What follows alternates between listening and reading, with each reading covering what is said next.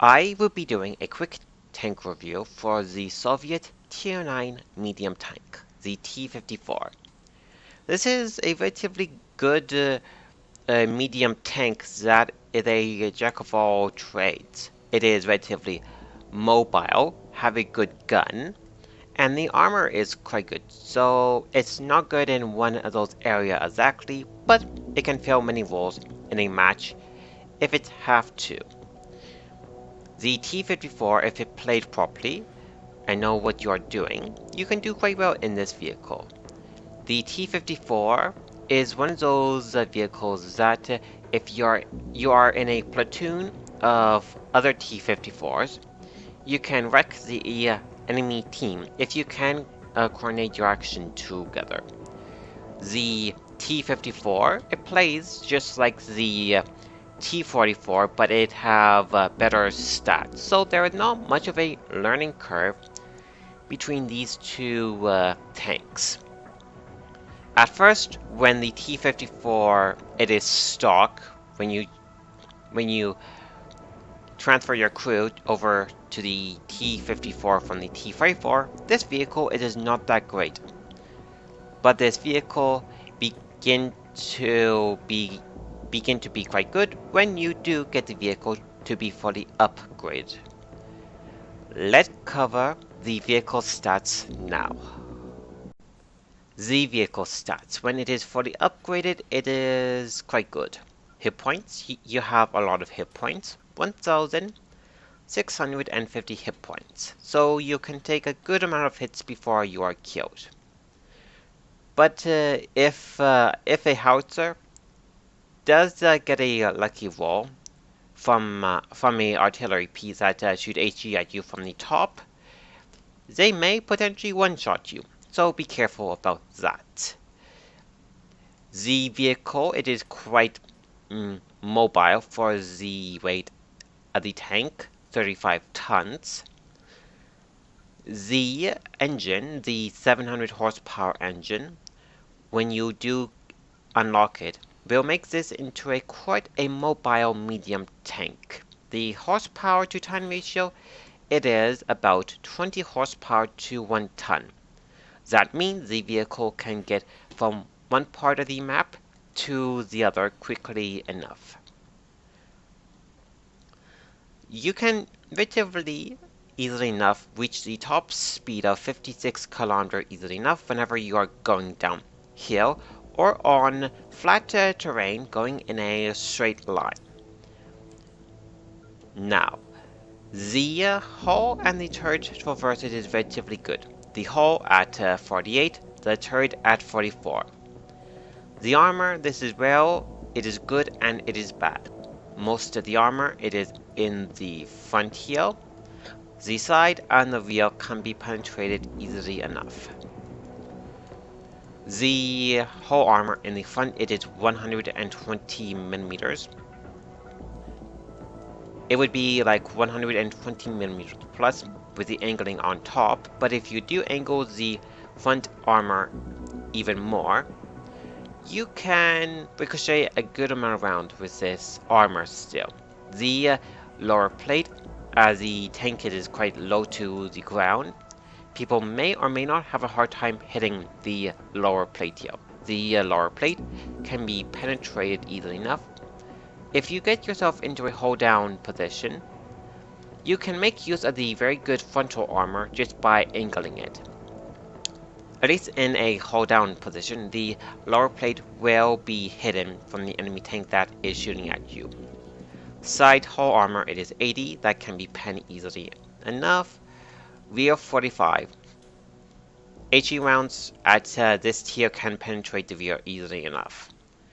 The turret armor, it is quite good, and it is quite rounded, like the IS-3. It's in a shape of a rice bowl in a way, which means the armor, it is angled and is quite thick once you take in the angling into factor.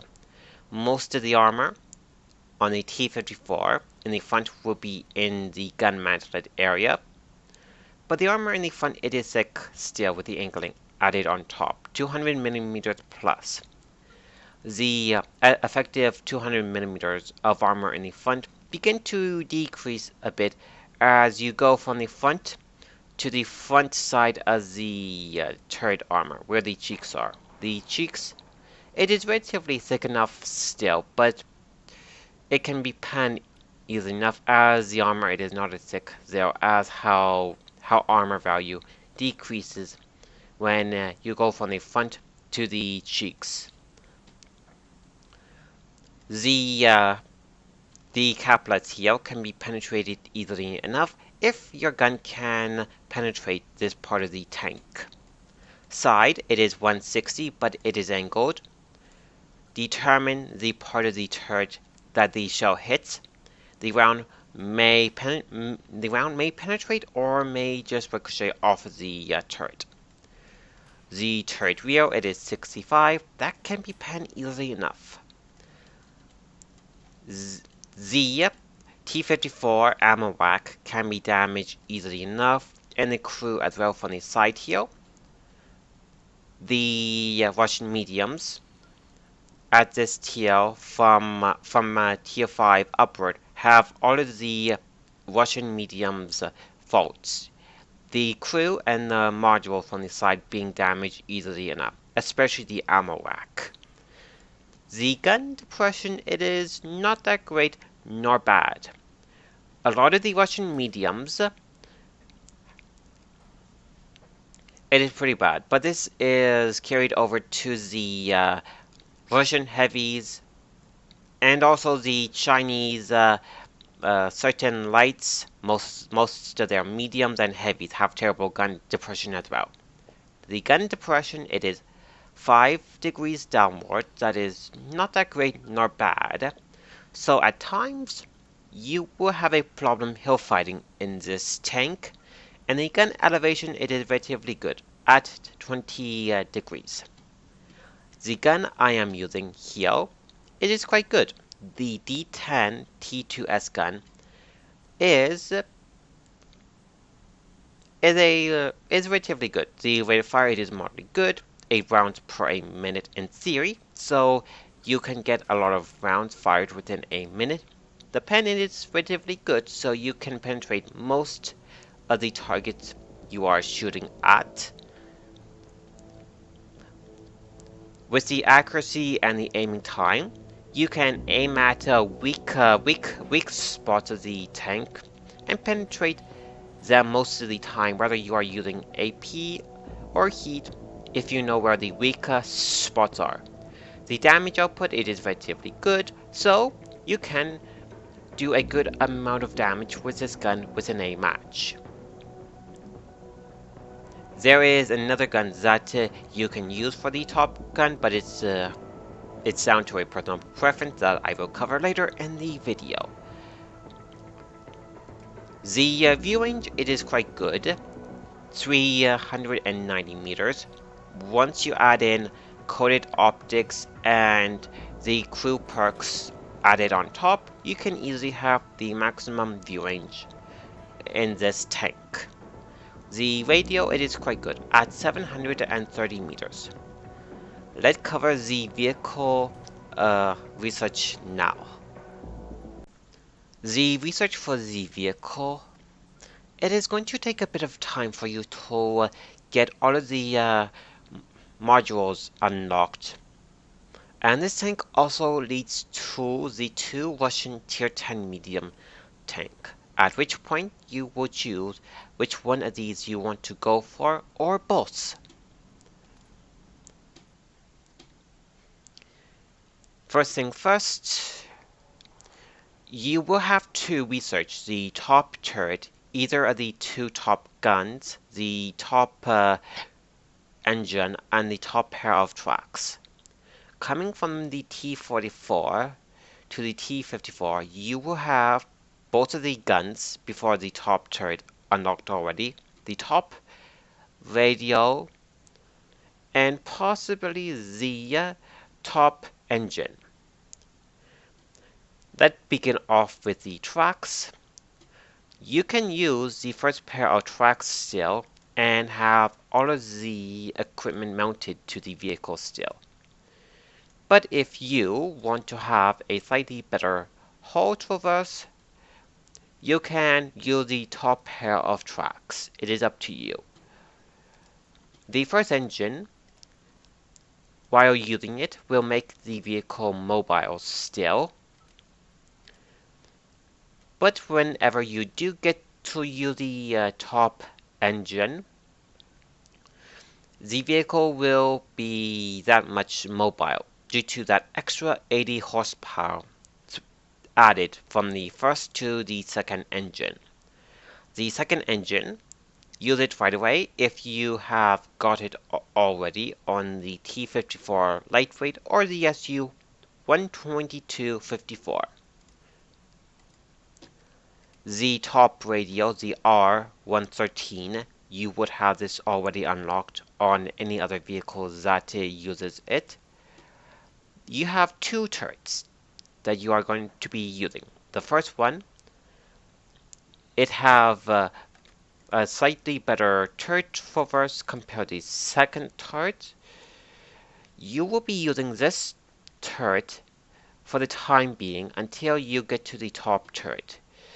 The top turret, switching from the first to the second, you get slightly better side and rear armor. The turret becomes that bit more bouncier due to the shape of the turret, how it is modeled in the game from the first to the second.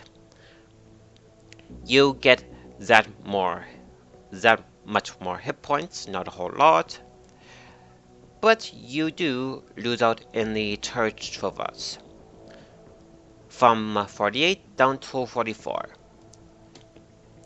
The gun you are going to be using for until you get to the top turret would be the LB1 gun. The D10 T gun, it is not that good at this tier, so use the LB1 gun. The rate of fire, it is quite good. The pen, it is okay.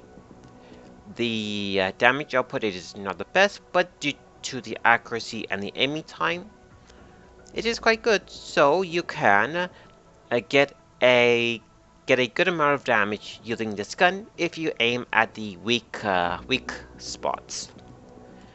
Some of these gun stats carry over to the gun that I am using, the D10T2S gun.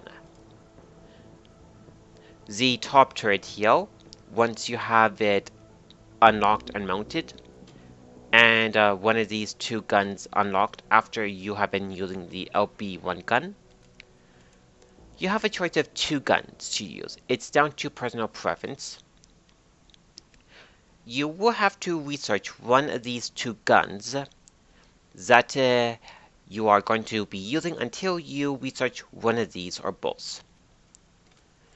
The D10 gun here, the rate of fire, it is slightly better over the D54. The pen is not that good, but due to the accuracy and the aiming time, it is not that big of a issue. Both guns do the same amount of damage. I prefer the D10 gun, as it have slightly better gun stats compared to the D54 gun. The D54 gun, if you are going to be using it, the rate of fire, it is decreased by a bit, but you get the extra pen, about 18 more millimeters of pen for the AP round. But for the 18 millimeters of extra pen you have a drawback. The gun, it is not as accurate, and the aiming time, it is longer, 2.9 seconds. Both of these mediums, the Object and the T62A, are both good mediums, but it's down to personal preference on which one you want to get. The way how I went about researching my T54 was, I focused on getting the top turret right away and get the D10 gun. Then I focus the rest of the experience points that I get on the top engine and tracks. After that, I will spend the rest of the experience points that I will be making in this tank on the secondary Top Gun and the experience points needed to get the 2 tier 10 tanks unlocked. And that is going to take a while. A while for me to do. Let's cover the consumables, the ammo layout, the the equipment setup, and how are you going to be using this tank. Let's begin off with how are you going to be using the T-54. The matchmaking for this vehicle is, as a tier 9 vehicle, you are going to be mainly getting yourself into tier 9 maximum matches to tier 10s. No matter what the matchmaking is, you can do quite well if you play to the vehicle's strengths and weaknesses. Now, how are you going to be using the T-54? The T-54 can fill many roles within a match if it have to, based upon how things are going at the time and the map. The T-54 can fill the role as a very aggressive frontline medium tank, as a brawler, as a support medium, as a flanking medium, as a medium to a short distance sniper if it have to, and even as a temporary scout and even a spotter for the team. So within a match, the T-54 can fill many of these roles, but they're not going to be that good because they're a jack of all trades in this area.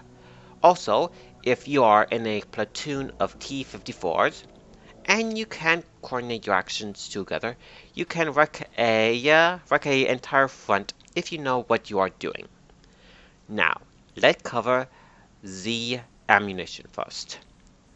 This vehicle carries a good amount of ammo, so most of the time you are not going to be running out of ammo in this tank. The majority of the ammo I would be using, it is AP and heat. AP, if you know where the weaker spots are on the enemy tank, you can penetrate most tanks with AP.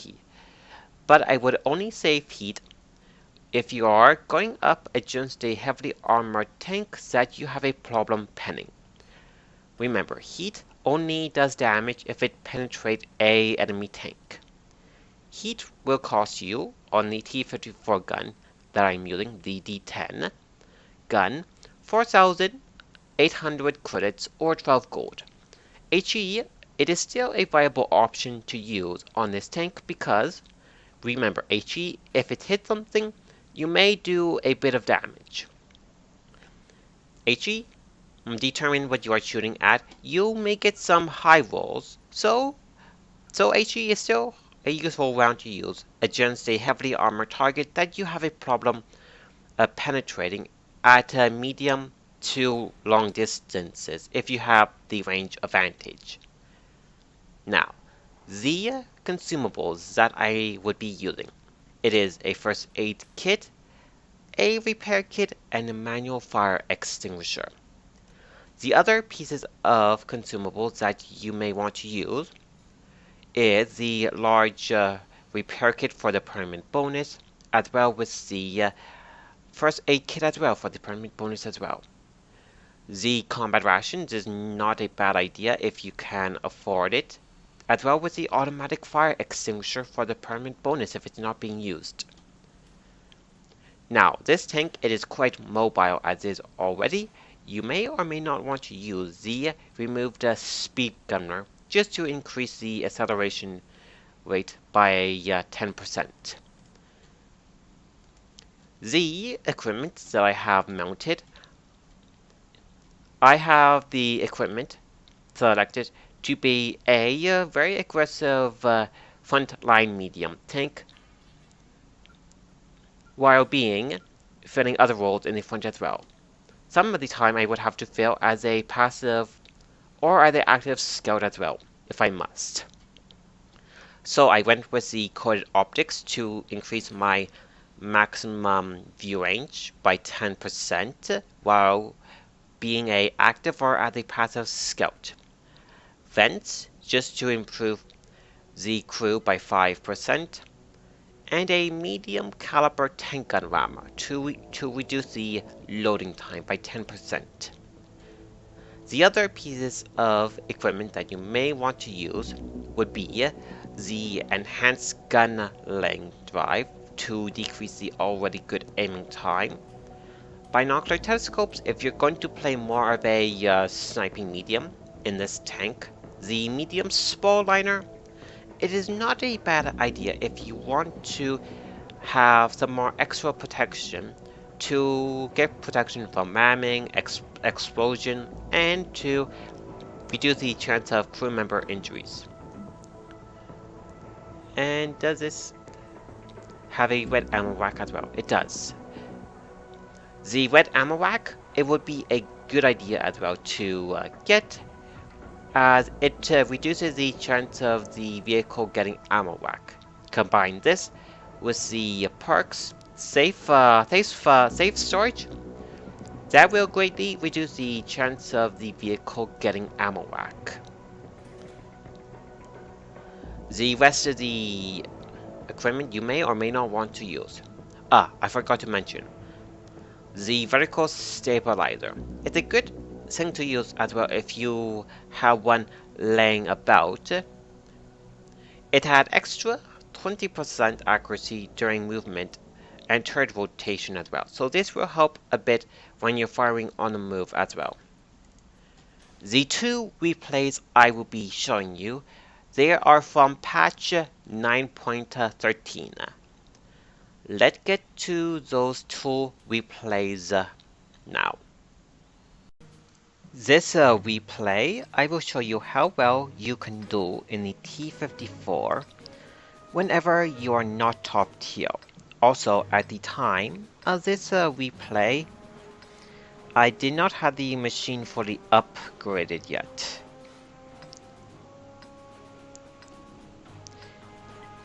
Let's speed up the replay here. In the chat there, I was asking if the check tank, the TVP, was good or not.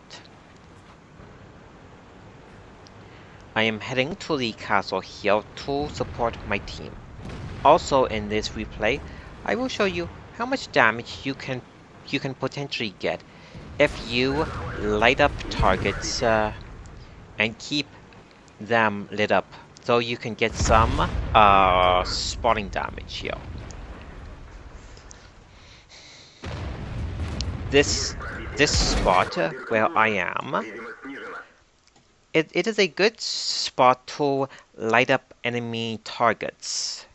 Now, the area I am in, if I can get myself into a correct spot in this area here and use the vehicle armor to my advantage while keeping it angled and keeping it in somewhat of a hold down position, I can ricochet some rounds here.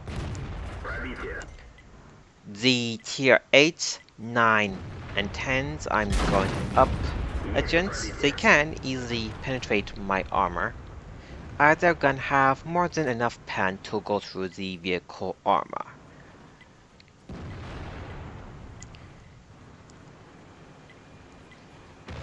That deputy there, I wait for it to come out and have the opportunity to shoot at it. I am using this hill here as cover to cover my lower plate. Fortunately, the deputy gun ricocheted off of the side of my turret.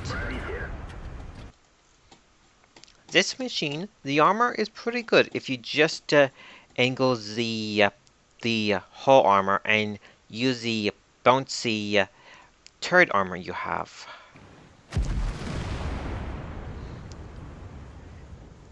The E3 there.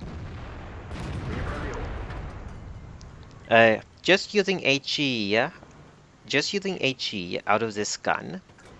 It is not the best ammo type to use, but the 100mm HE round can still do a bit of damage to the enemy target, such as at this E4 here.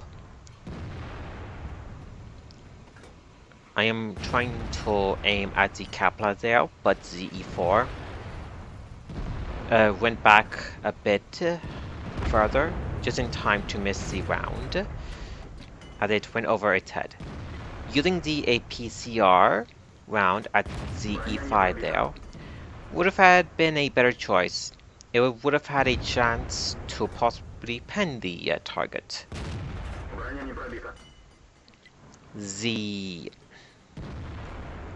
The SU there, I tried to shoot at it, and the round did hit. The spot where I am right now, I am getting a good amount of spotting damage by keeping the enemy tanks lit up. This replay I did quite well in. For the one kill that I got, I did 3,100 damage with a additional 1,000 damage just from the spotting and keeping the enemy tank lit up, as the rest of the team shoot at the enemy tanks that I kept lighting up. Let's go to the next replay now. This replay, I will be showing you how well you can do in this machine when you are top tier. Let's speed this replay up a bit. I have one of the top guns on the machine here to show you how well it can do.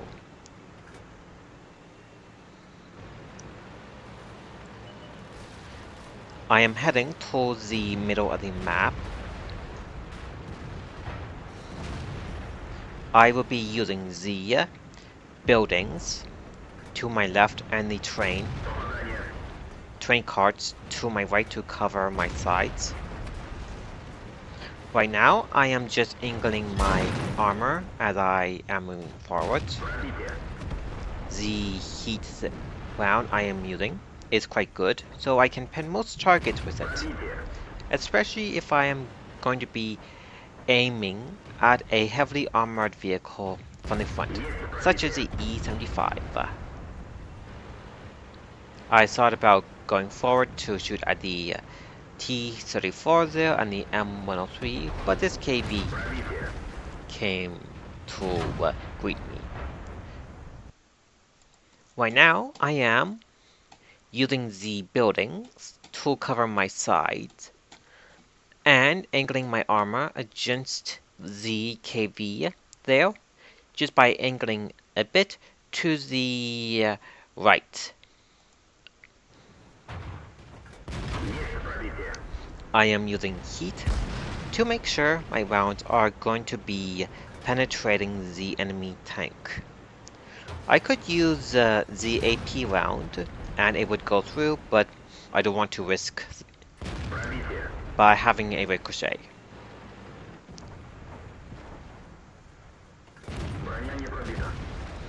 That round fell a bit short and did 0 damage.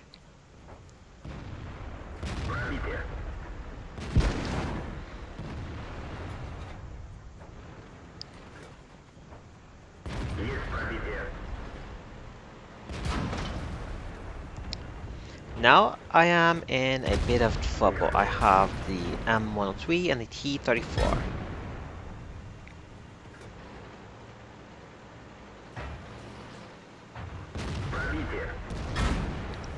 Right now, I am moving backwards and angling my armor as I am moving. This is a good tactic to increase the chance of ricochets.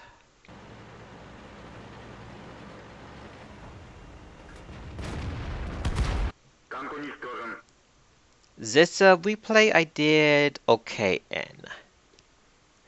For being top tier, I did about about 3,000 damage and blocked about 600 damage. Let's go to the garage now to do a brief recap on this vehicle. Let's do a brief recap on the T-34.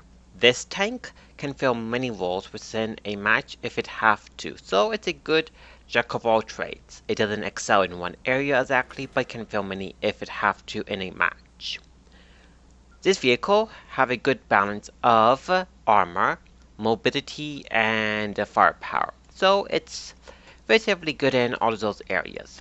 Remember, the T-54, as it is a Russian medium, it suffers from Russian medium problems, especially the crew and the modules getting damaged from the side easily enough, especially the ammo rack itself.